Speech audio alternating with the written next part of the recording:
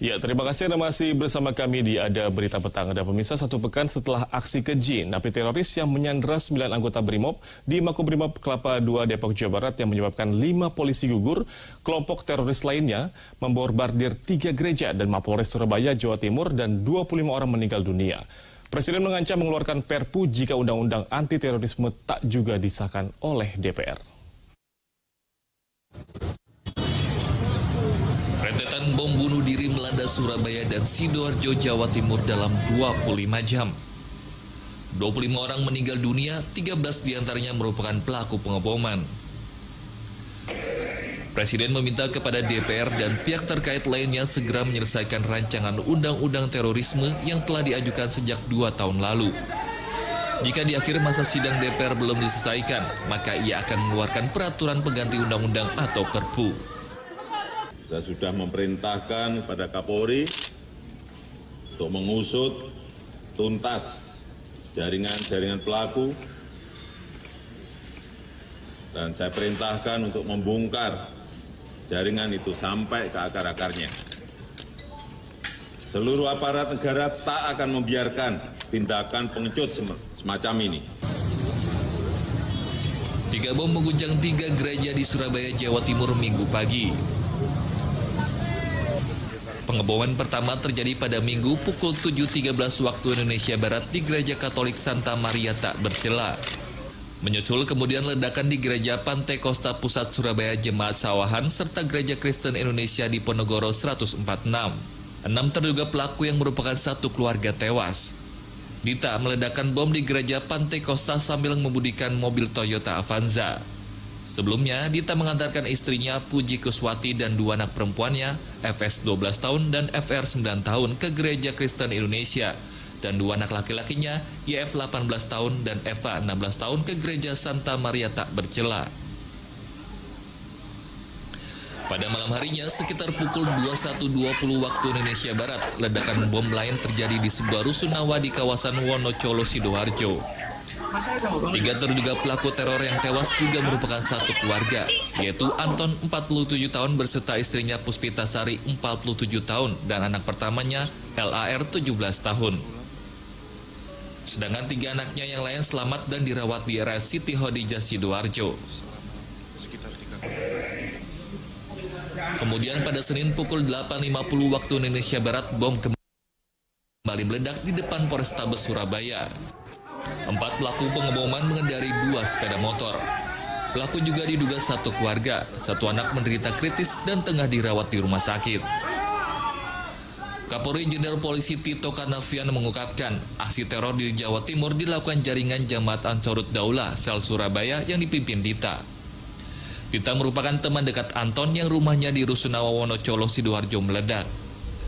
Dita dan Anton aktif berhubungan dan pernah berkunjung ke lapas napi teroris tahun 2016.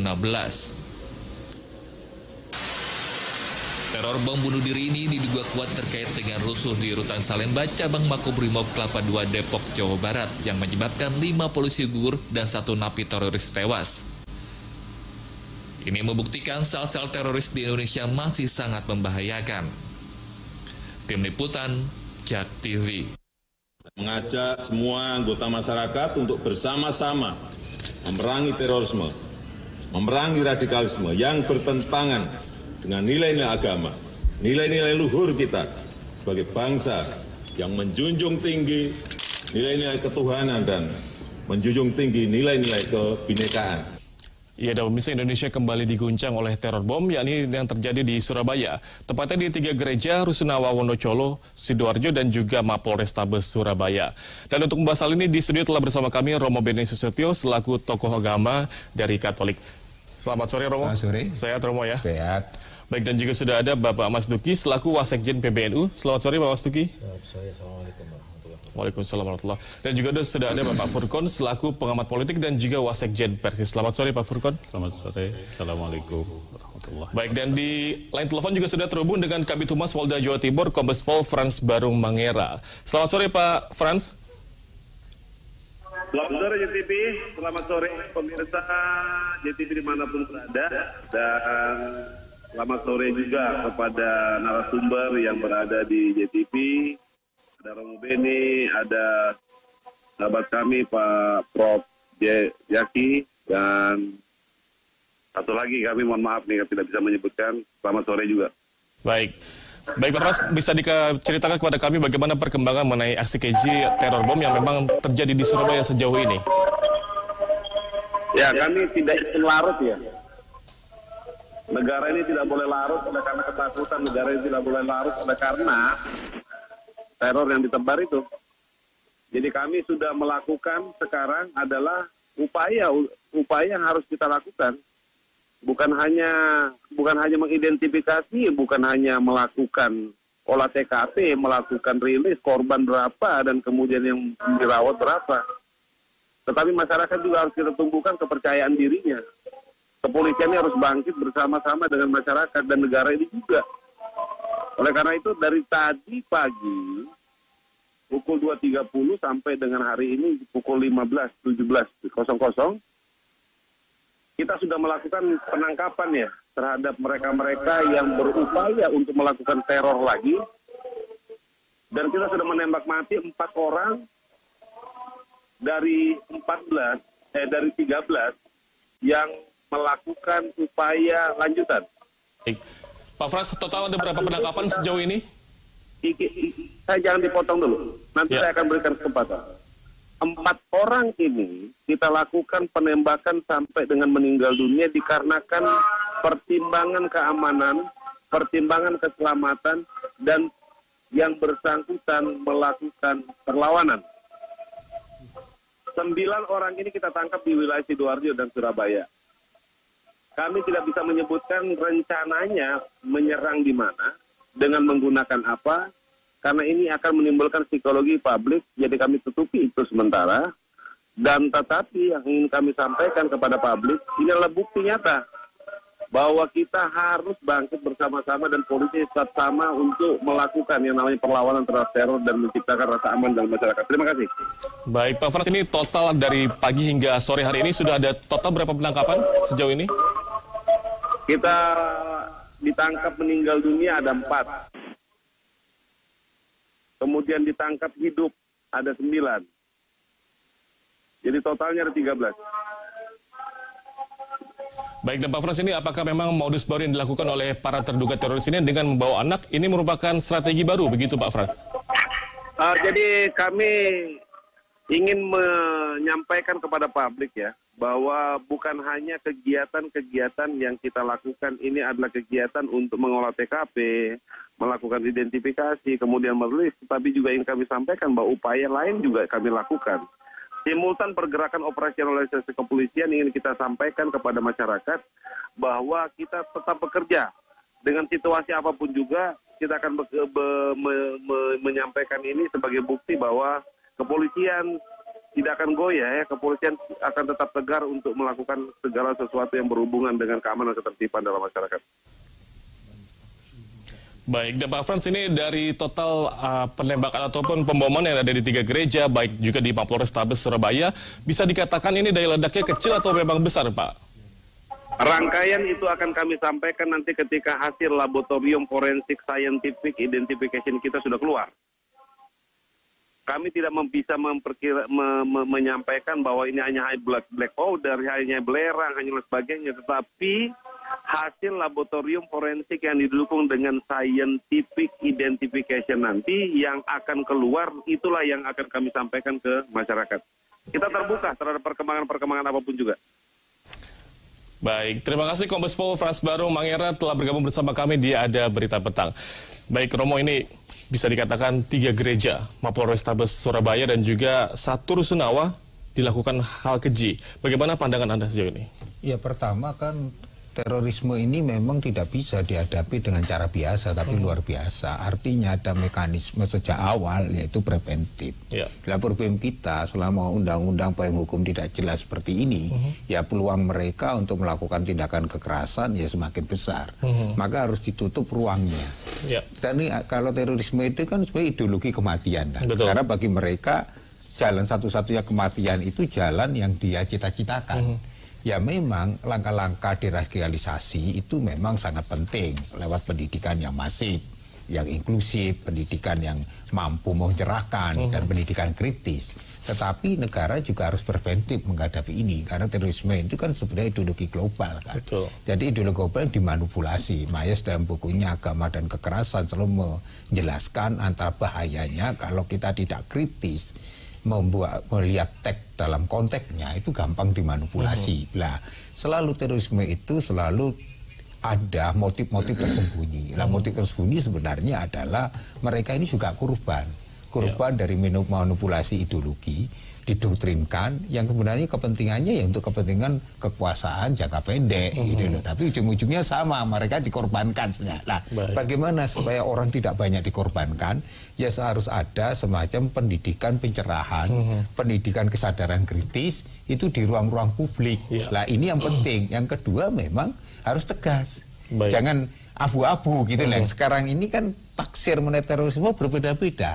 Lah, penaksiran yang berbeda-beda memberi ruang mereka. Yang ketiga menurut saya masyarakat harus bersatu padu.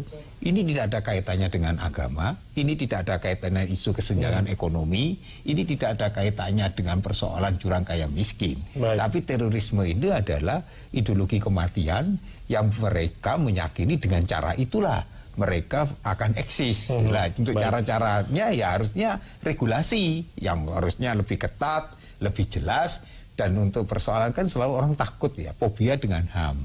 Jadi gini loh, hak asasi manusia itu kan harusnya melindungi martabat manusia, tapi juga tidak boleh merugikan manusia juga gitu loh. Jadi jangan kita melihat hak asasi manusia itu hitam putih, tapi hak asasi manusia itu untuk apa sih? Untuk melindungi juga keselamatan manusia. Kalau keselamatan manusia terancam, ya harusnya kan lebih dipentingkan manusianya. Tadi ya, Romo, ya. Tadi itu. Baik, tahan dulu Romo komentar Anda, karena pemirsa kami harus jeda sejenak. Tetaplah bersama kami di Ada Berita Petang. Lakinya. Ya, terima kasih Anda masih bersama kami di Ada Berita Petang. Dan kami akan melanjutkan perbincangan kita ke Pak Mas Duki. Pak Mas Duki, ini kan aksi yang dilakukan melibatkan satu keluarga, Pak. Pandangan Anda bagaimana ini, Pak Mas Duki? Iya, jadi karena itu satu keluarga, itu fenomena baru ya.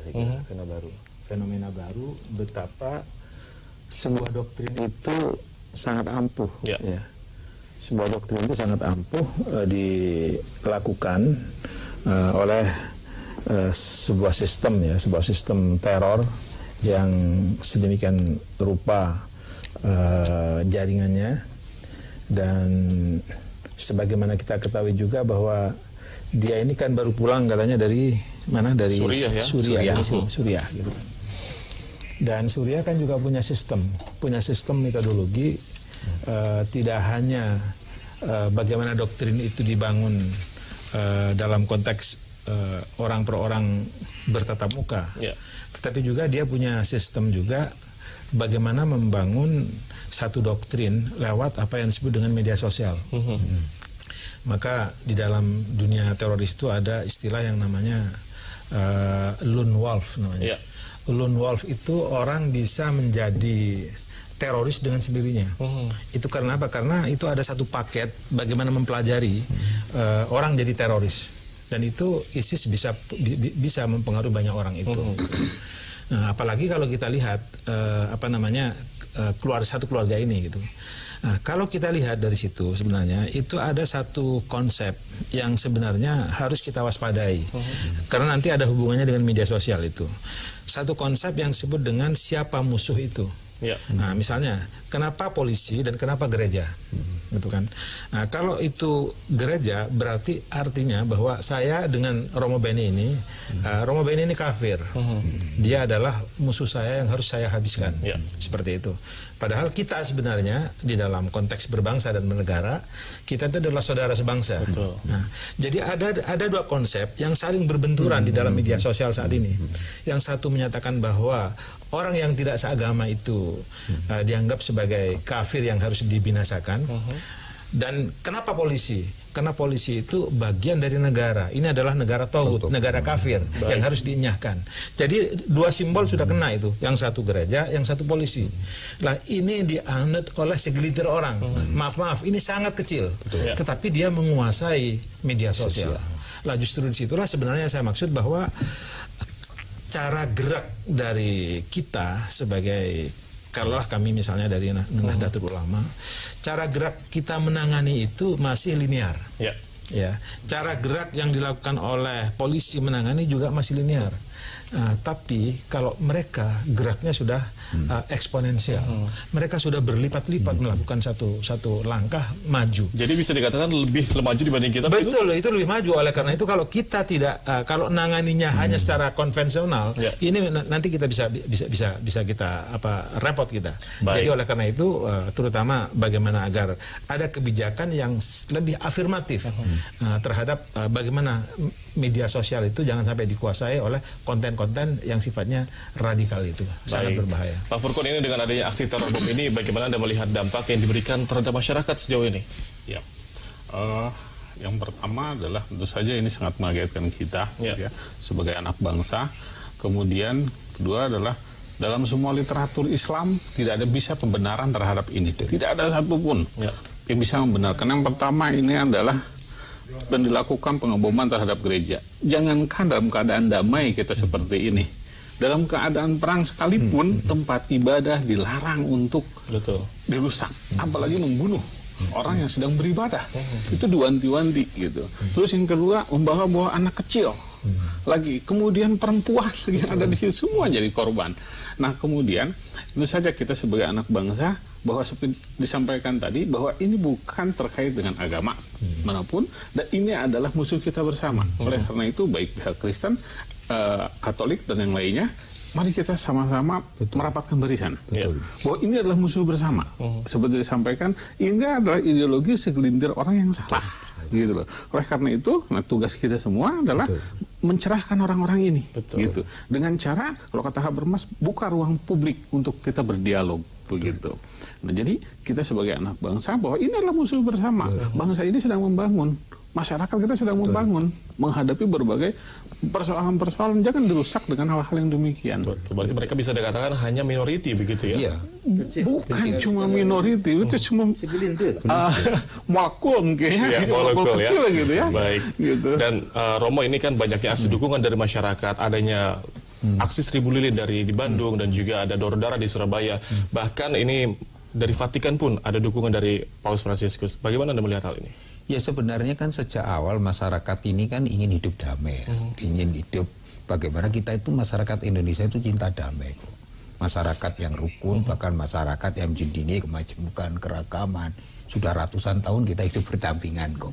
Mengapa kelompok ini tiba-tiba muncul? Ini kan akibat dari sebuah, kalau kita mengalami adalah problem dari sebuah globalisasi.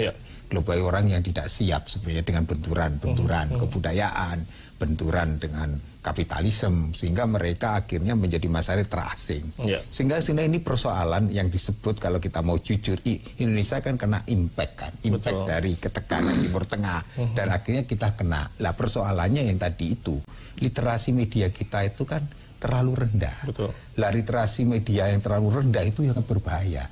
Dan kita tidak biasa punya budaya baca, tapi budaya lisan. Ini yang sangat berbahaya, sehingga kita tidak kritis. Jadi mudah untuk memainkan lah budaya lisan ini bahaya. Karena apa? Orang yang kalau budaya lisan itu kan orang tidak membaca dalam konteks keseluruhan. Tetapi kalau kita meyakini budaya lisan itu kemudian itu yang menjadi alat provokasi, ini berbahaya. Yang sekarang mereka kecil tapi menguasai media sosial itu. Lah kita selalu, karya kita tidak pernah juga melawannya secara masif gitu loh. Yang dikatakan oleh Kiai Badun itu betul. Kita kontroversi, kita literasi kita tidak dilawan dengan literasi, wacana tidak dilawan dengan wacana. Tapi kita hadapinya dengan cara-cara konvensional. Jadi harus sesuai begitu Romo ya. Sebenarnya saatnya lah kita bergandengan tangan tadi. NU, Katolik, Islam, Hindu, Buddha, ayo kita bersatu. Ini musuh bersama kok. Bagaimana kita merebut ruang publik itu loh, merebut wacana. Ini persoalan kemanusiaan. Karena ini tradisi kemanusiaan, maka kita bersatu. Lah, semakin banyak masyarakat terlibat untuk melawan budaya kematian ini sangat efektif. Jadi memperkecil ruang sempit mereka, yaitu mereka menggunakan ruang media massa. Baik, Romo, tahan dulu komentar Anda, karena pemirsa, Mabes Polri umumkan bahwa semua lingkup jajarannya untuk siaga 1. Pengamanan pun di semua kantor polisi diperketat. Informasinya usai jeda berikut ini.